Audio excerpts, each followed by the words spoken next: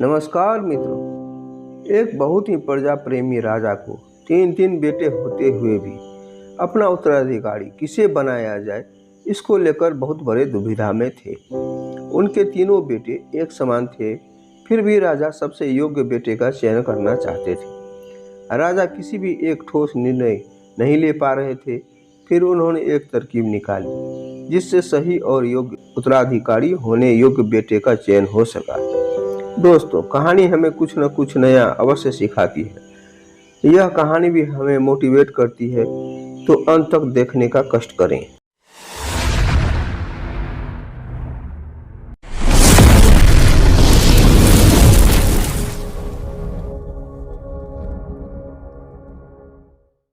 हथियारगढ़ बहुत ही सुखी संपन्न राज्य था। वहाँ के राजा भूपति सेन बहुत ही प्रतापी और प्रजा प्रेमी राजा थे, इसलिए प्रजा का पूरा ख्याल रखते थे। राजा ने जीवन भर प्रजा की हित के लिए ही काम किए थे।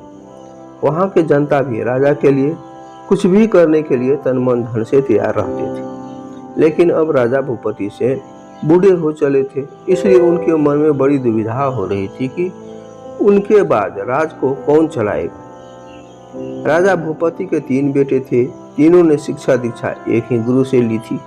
परवरिश भी साथ साथ हुआ था। राजा ये निर्णय नहीं कर पा रहे थे कि कौन राज्य के लिए सबसे अच्छा उत्तराधिकारी हो सकता है। आखिर राजा ने तीनों बेटे को परीक्षा लेने की सोची। आखिर एक दिन राजा ने सुबह सुबह तीनों पुत्रों को बुलाया और उन सबको एक एक बोरी अनाज देते हुए कहा कि मैं और तुम्हारी माता तीर्थ यात्रा पर जा रहे हैं। हमें वापस आने में 1-2 वर्ष से भी ज़्यादा लग सकता है। तुम तीनों की ये जिम्मेदारी है कि अपने अपने हिस्से के अनाज को संभाल के रखना, और जब हम लोग वापस लौट कर आऊँ तो तुमको ये अनाज की बोरी वापस लौटाना। ऐसा कहकर राजा और रानी तीर्थ यात्रा पर चल दिए। 2-4 दिन ऐसे ही बीत गया। फिर अनाज को लेकर सबसे बड़े बेटे ने सोचा, ये अनाज की बोरी पिताजी के वापस लौटानी है, तो इसे मैं किसी अच्छे जगह पर रख देता हूँ। जब पिताजी आएंगे तो वापस दे दूंगा। यही सोचकर उसने अनाज की बोरी तिजोरी में रखवा दी, ताकि एक दाना भी इधर उधर ना हो सके। दूसरे बेटे ने सोचा कि अनाज को घर में रखने से तो सड़ जाएंगे, मैं इन अनाज को खेत में डलवा देता हूँ, जिससे अनाज की अच्छी फसल होगी और पिताजी को एक बोरी की बजाय कई बोरी दे सकूंगा। अब उसने ना अनाज के लिए अच्छा खेत देखा और ना ही अच्छी उपजाऊ जमीन देखी। बस ऐसे ही एक बंजर जमीन को जोतकर अनाज के दाने डलवा दिए और फिर कभी लौटकर उनकी देखभाल करने नहीं गया। उसे लगा कि अब अपने आप फसल आ जाएगी। तीसरा बेटा ज्यादा समझदार था। उसने अपने मित्र और सिपाहियों के साथ मिलकर एक अच्छा खेत देखा जो बहुत उपजाऊ था।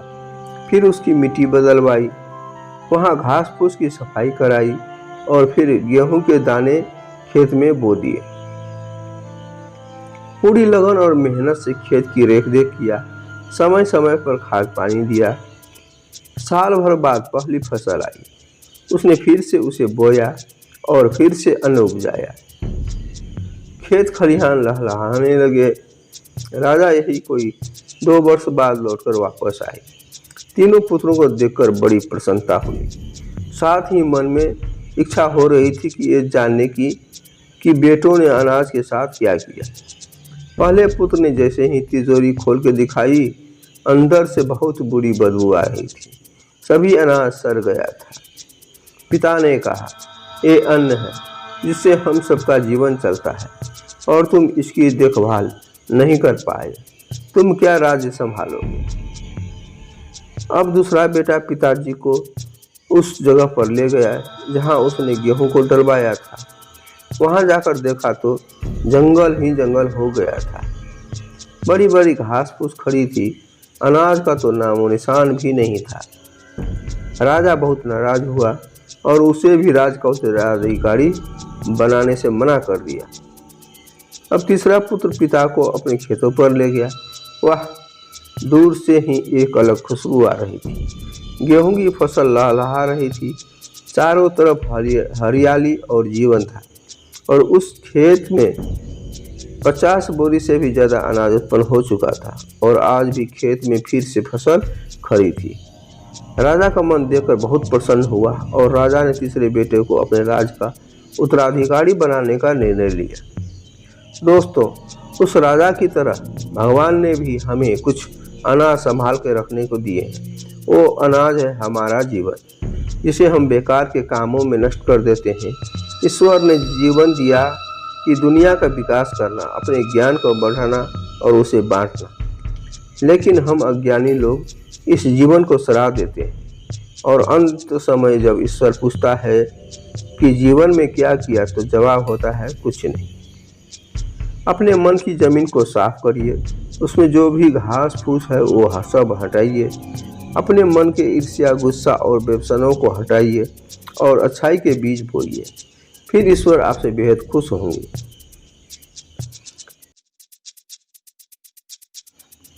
दोस्तों, वीडियो अच्छा लगा हो तो इसे एक लाइक करके अपने चाहने वाले को भी शेयर कर दें।